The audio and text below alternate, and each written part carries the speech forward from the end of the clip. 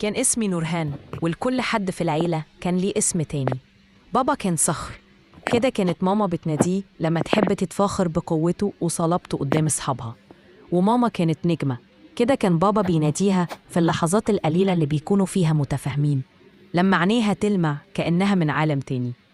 وعمو شريف صاحب بابا الوحيد والمقرب كان بالنسبة لي ظل بابا، عمري ما سرقه، لدرجة إني كنت حاسة إنه جزء من تكوين عيلتنا. بيتنا في المعادي كان شبه قلعة من الزجاج متصممة بعناية، كل قطعة أساس في مكانها، كل لوحة على الحيطة بتحكي حكاية فرح. وريشة القهوة اللي بابا بيعملها بالهيل كل صباح كانت زي إعلان ببداية يوم مثالي. كنت عايشة في القلعة دي أميرة صغيرة، بشوف الدنيا من ورا الزجاج، دنيا منظمة وآمنة ما فيهاش ولا غلطة. عمو الشريس كان جزء من الروتين اليومي، كان بيجي بعد الشغل على طول يرمي مفاتيحه في الطبق النحاسية اللي جنب الباب زي ما بابا بيعمل. كانوا يقعدوا سوا في البلكونة بالساعات يتكلموا عن الشغل، السياسة، وحلمهم بشركة تبقى إمبراطورية زي ما كانوا بيقولوا وهم بيضحكوا. كنت بقعد أوقات في حضن بابا أسمع صوتهم المتناغم، صوت بابا العميق وصوت عمو شريف اللي أرق ومليان حماس. ماما بطبعها فنانة كانت بتحط لمستها الخاصة على صداقتهم، تعمل أكلات مخصوص ليهم، تشارك في الكلام وتضحك على نكتهم. كانت دايما تقول شريف مش بس صاحبك يا أحمد، ده أخويا أنا كمان. وكان بابا يبتسم بفخر، مقصود بالرابطة اللي بين أقرب اتنين لقلبه. لكن أول شروخ قلعتنا الزجاجية بدأت تظهر، كانت حاجات بسيطة شهرية بالكاد تتشاف. ضحكة ماما بتتغير لما عمو شريف يبقى سببها، نظرات سريعة بينهم لما يفتكروا إن بابا مش واخد باله، نظرات مش شبه نظرات الأخوة اللي ماما بتحكي عنها، كان فيها حاجة تقيلة، حاجة ما كانتش لاقية ليها اسم. مرة كنا راجعين بالعربية من زيارة عائلية، بابا كان سايق وماما جنبه وأنا وعمو شريف ورا. العربية خبطت في حفرة فاهتزينا كلنا. وقتها عمو شريف مد إيده لا إرادية ومسك إيد ماما اللي كانت ممدودة ورا عشان تطمن عليا. اللمسة ما كانتش عابرة، فضلوا ماسكين إيدين بعض ثواني، حسيتهم كأنهم ساعة قبل ما ماما تسحب إيدها بسرعة وارتباك. بابا ما خدش باله بس أنا خدت. من بعدها بدأت أربط كل حاجة ببعض. موبايل ماما بقى فجأة عليه باسورد، خصوصية يا نونو، وهي بتطبطب على دماغي بابتسامة مزيفة. خروجها الكتير بحجة صحباتي اللي عمرنا ما سمعنا عنهم، وكل مرة تغيب ألاقي عمو شريف عنده اجتماع طارئ في نفس التوقيت. كنت بلملم أجزاء الحقيقة المرة وأحاول أفسرها بحاجة تريح قلبي، يمكن بتخيل، يمكن دماغي تألف. كنت متشبثة فكرة القلعة، رافضة أصدق إنها ممكن تقع. وقت والشروخ بقت كسور، ما عادتش محتاجة أتخيل أو أتخبط، الدلائل كانت واضحة والتفاصيل بقت تقيلة على قلبي الصغير. بقيت دايماً في حالة ترقب، سمعي وعيني متأهبين. اتحولت من أميرة حلم لحارسة قلقة. بقيت ألاحظ كل مكالمة بتقفلها ماما بسرعة أول ما أدخل، وصوتها اللي بيتحول من الضحك للجدية فجأة. دي منى بتسأل على وصفة الكيك، بس أنا عارفة إنها مش منى.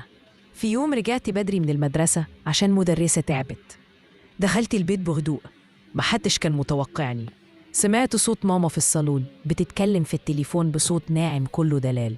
سمعت جملة واحدة قبل ما تلمحني وتقفل الخط: وحشتني قوي، مستنياكي بكرة. تجمدت. تاني يوم بابا قال إنه مسافر اسكندرية يومين هو وعمو شريف. ما صدقتش. اليوم ده صحيت متأخر، ماما ما كانتش في البيت، ومن شباك أوضتي شفت عربية عمو شريف واقفة على بعد خطوات. استغربت وشفته خارج من العمارة باصص يمين وشمال، وركب بسرعة ومشي. بعدها بأيام ماما دخلت البيت، وشها محمر وشعرها مش مظبوط. كنت بجيب فطار طازة وهي شايلة كيس عيش، بس عينيها كانت هربانة من عينيا. يومها ما فطرتش، كان طعم المر مالي بقي. الضربة القاضية عيد ميلادي ال12. بابا رجع وقال نعمل حفلة كبيرة، الجنينة مليانة أطفال وبالونات. بابا شايلني وبيضحك، وعمو شريف واقف جنبه زي كل مرة. في عز الحفلة كنت بدور على ماما علشان أوريها هديتي الجديدة، ما لقيتهاش، ولا لقيت عمو شريف. رحت البيت هادي جدا. نزلت أوضة الرسم بتاعت ماما. البيت كان موارب، ومن الفتحة الصغيرة شفتهم. ماما بين دراعين ماما، راسها عليها قصده. ما كانوش بيتكلموا، كانوا في عالم لوحدهم. وفجأة رفع وشها وبسها بقبلة طويلة. قبلة مش أخوية، قبلة ست وراجل عارفين بعض كويس. ما صرختش، ما عيطتش، وقفت أتفرج وقلبي بيتكسر في صمت. رجعت للجنينة بس وداني ما كانتش سامعة حاجة. الألوان بهتت ووشوش الأطفال بقت شبه أقنعة. يومها ما طفيتش شموع عيد ميلادي، أنا طفيت آخر شمعة براءة جوايا. بعد الحفلة بقيت شبه في البيت، شايلة سر تقيل تقيل قوي على طفل. ماما ما قدرتش أبص في وشها. بابا كل نظرة حنان منه كانت توجعني. عمو شريف بقيت ما أقدرش حتى أشوفه. ما كانش عندي كلام، كنت ساكتة غرقانة في نفسي. درجاتي نزلت، أكي قل، والكوابيس بقت صاحبني ليلي. الانهيار جه بسرعة.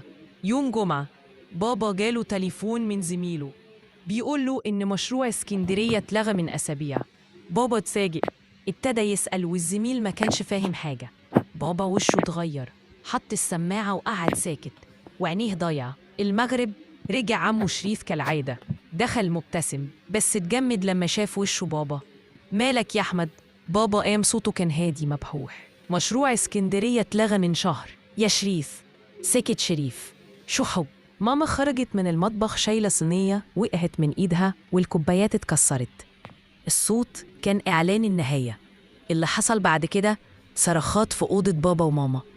ماما بتعيط مش ندمانة، خايفة. وعمو شريف اتطرد من البيت بكلمة واحدة: اطلع بره. ماما سابت البيت وراحت عند جدتي. بابا ما بقاش صخر، بقى راجل كبير في أسبوع، قاعد في البلكونة بيسرح ساكت. وأنا نورهان واقفة وسط الركان. القلعة وقعت وتعلمت إن الخيانة مش بس بتكسر علاقة، دي بتهد عالم كامل وتسيب وراها أشباح. وطفلة ما بقتش تعرف تثق في حد تاني. لو عايزة أكمل بفاصل ختامي يتقال بصوت البنت عشان يشجع المشاهدين على اللايك والاشتراك ويستنوا القصة اللي بعدها، قولي أكمل. أنا نورهان والحكاية دي كانت حكايتي. لو وصلتي لحد هنا يبقى قلبك حس بيا وحزني لمس فيكي حاجة. ما تنسيش تعملي لايك واشتركي في القناة علشان تسمعي باقي الحكايات اللي ورا كل وش مبتسم في قصة، والكل قلب مكسور في صوت هيحكيلك انتي مش لوحدك.